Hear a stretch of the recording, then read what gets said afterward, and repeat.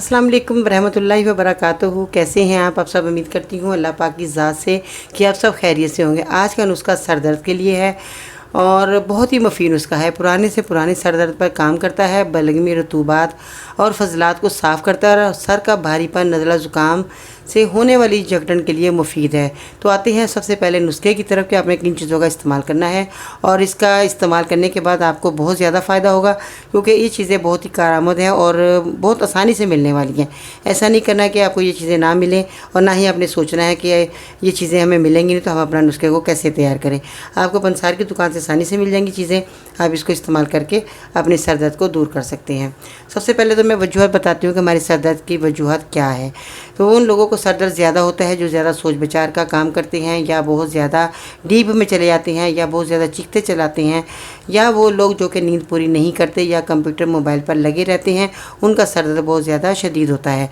और बाज़ लोगों का तो आधे सर का दर्द भी शुरू हो जाता है, क्योंकि ये बहुत ज़्यादा तकलीफ़देह होता है। ऐसा लगता है जैसे रग फट जाएगी और हमारा दिमाग में जो है बहुत ज़्यादा दर्द होता है। इस वजह से ये है कि जो लोग बहुत ज़्यादा रातों को काम करते हैं, जागते हैं और नींद पूरी नहीं होती, उनका भी सर दर्द नहीं जाता।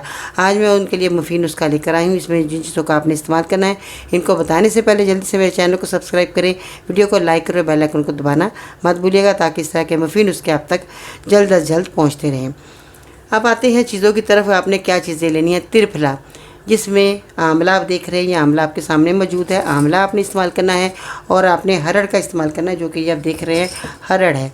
ये हरड़ है आपके पास। और इसके बाद बहेड़ा, जो कि हरड़ कैसा ही होता है मगर थोड़ा बड़ा होता है, वो बहेड़ा है।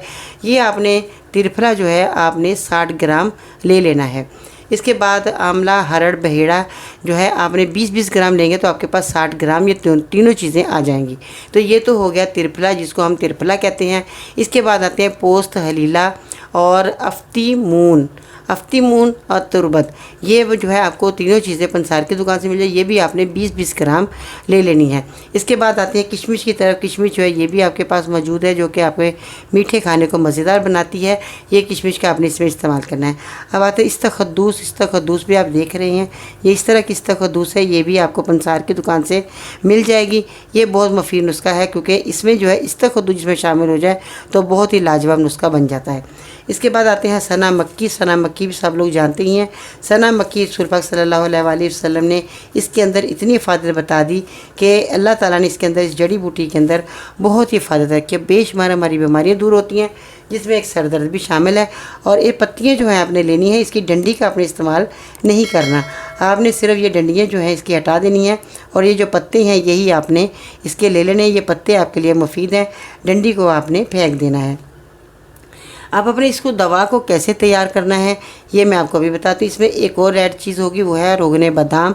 रोगने बादाम जो है ये भी आपके इस्तेमाल में आएगा, क्योंकि ये बहुत ही आपके लिए कारआमद नुस्खा तैयार होने वाला है।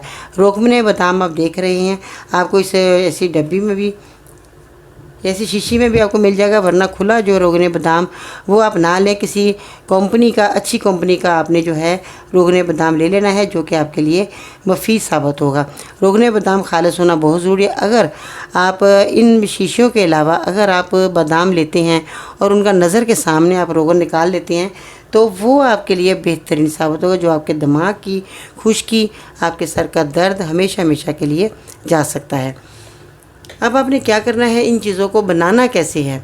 सबसे पहले तो इसमें चीनी भी आपने 1 किलो डाल देनी है। चीनी याद रखिए कि चीनी जो है आपके बहुत ज़्यादा जो लोग चीनी का इस्तेमाल करते हैं तो उनको जो है कहते हैं जी शुगर हो गई, बहुत ज़्यादा चीनी इस्तेमाल कर लिया, हमने बहुत ज़्यादा मीठा खा लिया। ऐसा नहीं है। हमारा लबलबा जब काम करना छोड़ देता है तो हमें शुगर हो जाती है। चीनी का आपने इस्तेमाल इसमें 1 किलो करना है।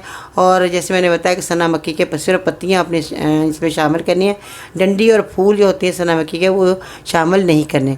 बनाने का तरीका यह है कि रोगने बादाम के अलावा आपने तमाम जो दवाइयाँ हैं इसका पाउडर बना लेना है अच्छे तरीके से, और रोगने बादाम के साथ आपने इसको मिक्स कर लेना है। इसके बाद आपने क्या करना है कि चीनी का कवाम तैयार कर लेना है। चीनी का कवाम बनाकर आपने तमाम दवाई को इसमें शामिल कर देना है और ये मजून आपका बन जाएगा। एक ही चमचा आपने दवा नीम गर्म पानी के साथ खाली पेट आप इस्तेमाल करेंगे या अर्के गौज़बान के साथ आप ले सकते हैं और इसको बनाए इस्तेमाल करें और दुआ में याद रखिएगा। आज की बेहतरीन जो बात है, खूबसूरत बात है, इसके साथ आज मैं एक टोटका भी आपको बताऊंगी जो कि बहुत ही लोगों के फीडबैक मुझे मिले कि बाजी हमें कोई ऐसा टोटका बता दिए जिसके हमारे कपड़ों का जो है वो रंग सही हो जाए, हमारे कपड़ों पे दाग धब्बे दूर हो जाएं। आज मैं फूलों के जो दाग धब्बे होते हैं फूलों के, जैसे हम गले में हाथ डालते हैं और हमारे वाइट कपड़े जो हैं बिल्कुल ख़राब हो जाते हैं, फूलों के दाग धब्बे नहीं उतरते। आज मैं उनके लिए फूलों के दाग धब्बे दूर करने के लिए भी ये टोटका लेकर आई हूँ और एक बहुत ही खूबसूरत बात भी। मुस्कुराहट में कोई वक्त नहीं लगता, इसके बगैर कोई अमीर नहीं जिसके पास ये नहीं, इस जैसा कोई गरीब नहीं। मुस्कुराहट वक्त नहीं लेती लेकिन इसकी याद बरसों तक बरकरार रहती है। याद रखो, मुस्कुराहट वो नेमत है जो ख़रीदी नहीं जा सकती। मुस्कुराहट का मज़ा अपने पास रखने में नहीं बल्कि बांटने में है। मुस्कुराहट रूह का दरवाज़ा खोल देती है। मुस्कुराहट से दूसरों के दिलों को फतह किया जा सकता है। किसी के साथ खंदा पशानी से मिलना भी एक बहुत बड़ी नेकी है। अपनी आंखों के आंसू अपनी पलकों में जज़ब कर लो और अपने चेहरे पर मुस्कुराहटें बखेर लो, क्योंकि सब लोग मुस्कुराहट के बदले मुस्कुराहट मांगते हैं, आंसू नहीं। आज का मुफीद जो मैंने टोटका आपको बताया था कि मैं बताने वाली हूँ, इसमें जो है टोटका बहुत ही आसान है और बहुत ही आसानी के साथ आपका ये जो दाग धब्बा है दूर हो जाएगा। लीमू आपने ले लेना है। लीमू को आपने क्या करना है, कपड़ों पर से अगर फूलों के दाग धब्बे दूर करने के लिए दागों को लीमू मिले पानी के साथ, लीमू अगर आपके पास मौजूद है तो आपने लीमू के चंद कतरे आपने गर्म पानी में मिला लेने हैं और इसके साथ आपने कपड़े को मलना है अच्छे तरीके से। इसके बाद आप उसको साबुन से धोएं, दाग बिल्कुल साफ़ हो जाएंगे।